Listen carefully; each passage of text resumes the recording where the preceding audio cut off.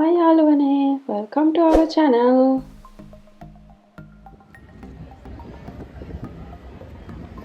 අද කෝපන්හේගන් අප ටුවර් එකේ දෙවැනි දවස.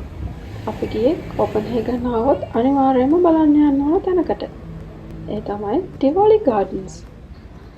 මේක තීම් පාක් එකක්. එහෙම නැත්නම් ඇමියුස්මන්ට් පාක් එකක්. 1843 තරම් ඈත කාලේදී හදලා තියෙන මේක වෝල්ට් ඩිස්නි හැම ඩිස්නි වර්ල්ඩ් එක හදන්න කලින් ඉන්ස්පිරේෂන් ගන්න ඇවිල්ලා තියෙන තැනක්ලු. මේකේ තියෙන වැදගත්ම දේ තමයි there is something for everyone. ලොකු පොඩි හැමෝටම මේක එන්ජොයි කරන්න මොනවා හරි තියෙනවා. මේ ගාඩන් එක, beautiful sceneries, කෑම, restaurant, එහෙම නැත්නම් එක rides. මේ තියෙන්නේ ස්ටාර් ෆ්ලයර් එක. තව මේකේ බය හිතෙන rides උත් තියෙනවා. ලොකු roller coaster එකක්. ඒ වගේම child friendly rides උත් තියෙනවා. ඔයාලා මේ දකින්නේ ස්විං කරවුසල් එක.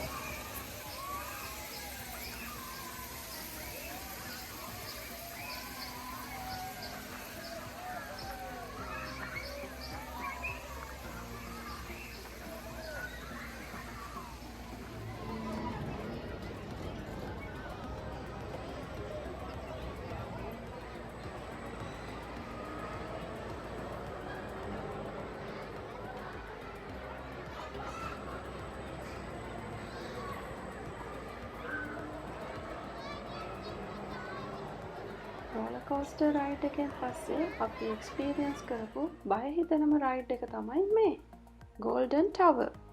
උඩටම ගිහිල්ලා එකපාරට අතහැරලා දානවා. ආලම බලන්නකො සද්දේ.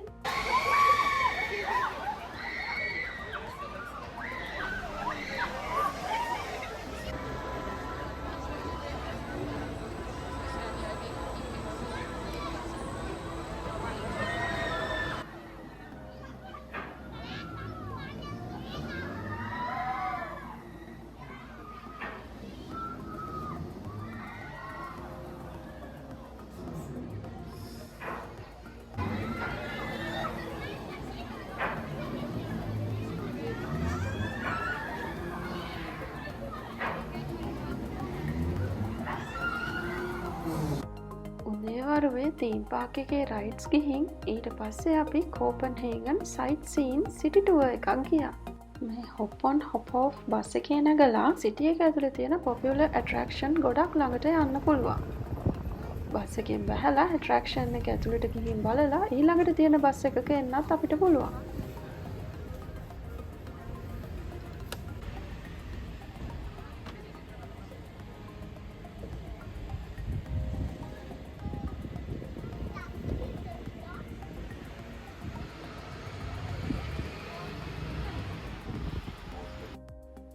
මාබල් චර්ච් එහෙම නැත්නම් ෆෙඩරික්ස් චර්ච් කියලා හඳුන්වන 1894 හදපු ප්‍රසිද්ධ චර්ච් එකක් තමයි මේ. කෝපන්හේගන් වල මැරි කරන්න ඉන්න කපල්ස් අතර පොපියුලර්ම චර්ච් එකක්ලු. සමර් කාලෙදී සිකුරාදා සෙනසුරාදා දිනවල මේකෙදි ලස්සන වෙඩින්ග්ස් බලා ගන්න පුළුවන්ලු.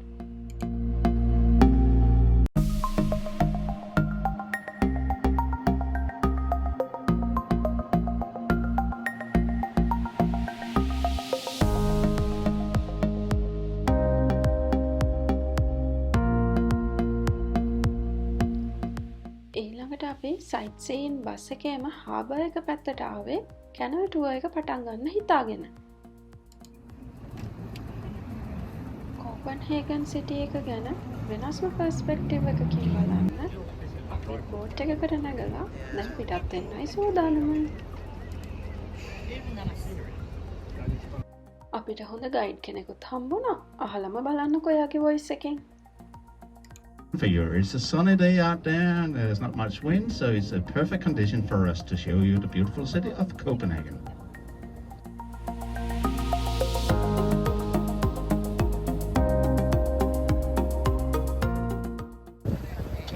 Here on our left, here coming into view now, we have a unique green building with a unique life story. It started this life as the custom house here in Copenhagen.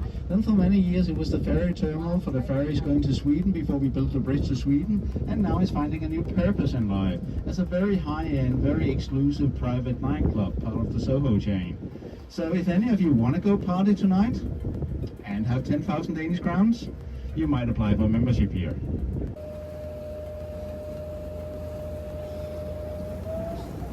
අපි මේ canal tour එකේ දැකපු තවත් විශේෂම දෙයක් තමයි ඩැනිෂ් queen පාවිච්චි කරන රොයල් යච් එකක්. මේකේ නම ඩැන්බෝග්. හදලා තියෙන්නේ 1931 න්. ඩෙන්මාර්ක් වල ක්වීන් සහ රොයල් ෆැමිලි එක මේ යච් එක තාම ටුවර්ස් යන්න පාවිච්චි කරනවා. ඔයාලා අහලා ඇති නේද හාන්ස් ක්‍රිස්ටියන් ඇන්ඩර්සන් ගැන? එයා ලියපු සුරංගනා කතා ගැන. කෝපන්හේගන් වල most iconic tourist attraction එක. මේ පුංචි දියකිඳුරියගේ පිළිම හදලා තියෙන්නේ හාන්ස් ක්‍රිස්ටියන් ඇන්ඩර්සන්ගේ The Little Mermaid කතාව සිහිගන්වන 1913 න්. ඩැනිෂ් රොයල් ෆැමිලි එකට අයිති අමලෙන් බ්‍රොක් කාසල් එක තමයි අර ඇතින් පේන්නේ.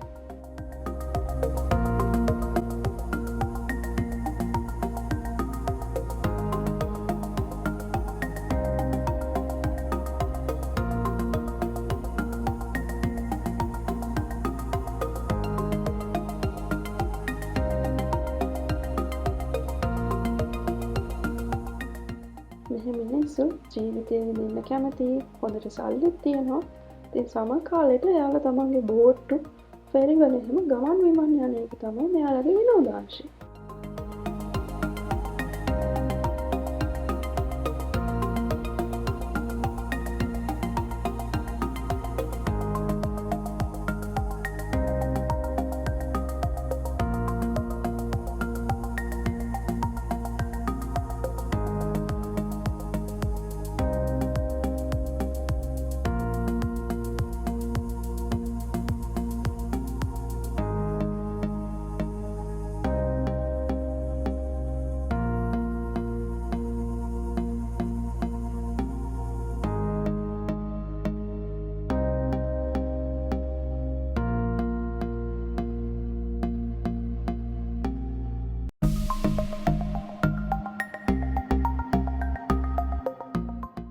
Here we have the Black Diamond. This is the Royal Library of Denmark, and it's built with a unique feature that Captain Metin now will show you with his signature move. It has an angle of 7 degrees over the water, so everything that's down here in the water will be reflected. So you can see him making his turn up there in the window. Captain Metin's signature move. Materials used to achieve this effect here: black granite brought up from Zimbabwe, and obviously windows.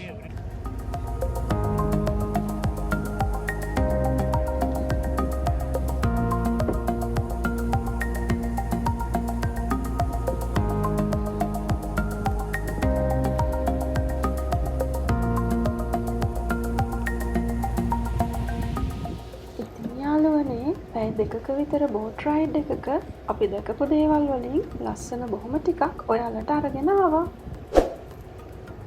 එහෙනම් අපි ආයෙ Sydney වලට ගිහින් ඒ ගැන අලුත් video එකක් ඔයාලට අරගෙන එන්නම්.